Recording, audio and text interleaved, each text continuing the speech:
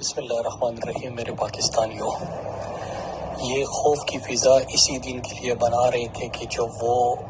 پاکستان کے مقبول ترین لیڈر عمران خان کو گرفتار کرے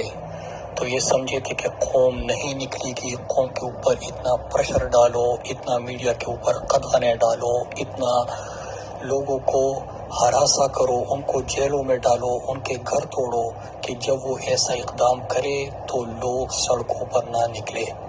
میرے پاکستانیوں، آپ کو آپ کے لیڈر عمران خان نے کہا تھا کہ آپ نے خود فیصلہ کرنا ہے کہ گھر میں سہم کر، ڈر کر، بیٹھ کر ان کی غلامی تسلیم کرنی ہے یا آپ نے حقیقی آزادی حاصل کرنی ہے۔ میرے پاکستانیوں، جیسا کہ ہمارے لیڈر نے ہمیں سکھایا ہے کہ آپ نے ہمیشہ پرامن رہنا ہے، آپ سب نے بڑی تعداد میں پورے پاکستان میں نکل کر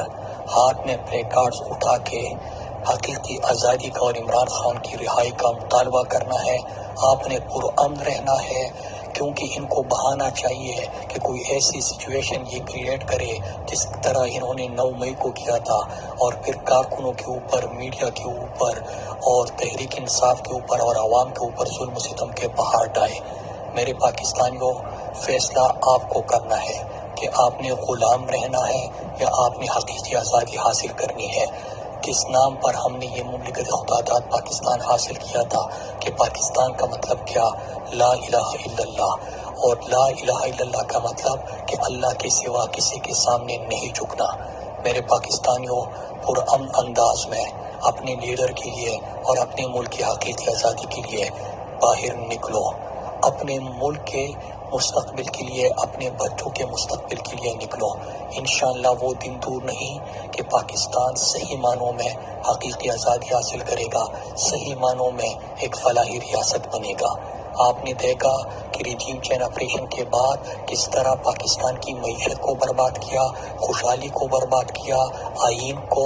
انہوں نے ردی کی ٹوکری میں ڈالا، قانون کا ستیہ ناش کیا، عدالتوں کے فیصلے کو نہیں مانتے، الیکشن سے یہ بھاگتے ہیں، عوام سے یہ بھاگتے ہیں۔ لیکن کب تک یہ عوام سے بھاگیں گے؟ آپ نے آئین اور قانونی حق جو آپ نے یہ نہیں مانتے، لیکن ہم آئین اور قانون کو ماننے والے ہیں۔ آپ نے آئین اور قانون کے مطابق اپنا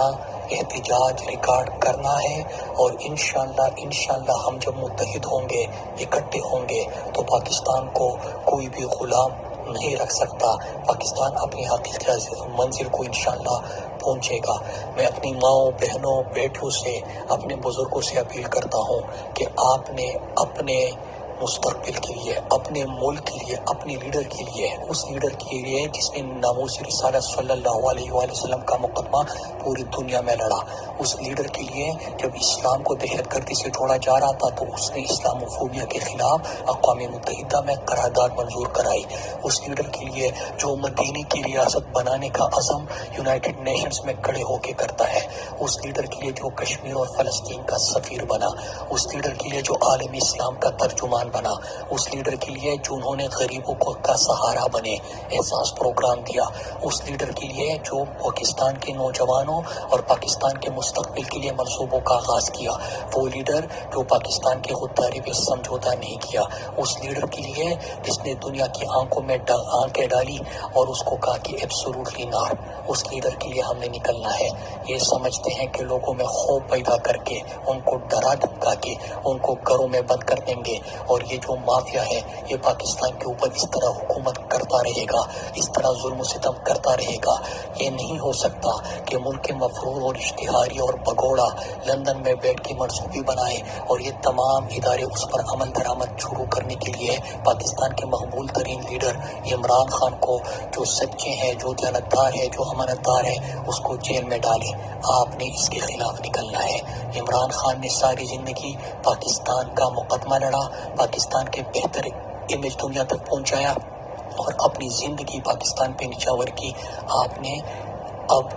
اپنے لیے نکلنا ہے، کیونکہ اگر یہ امید انہوں نے ختم کر دی تو پھر اس کے بعد اندھیرا ہی اندھیرا ہے۔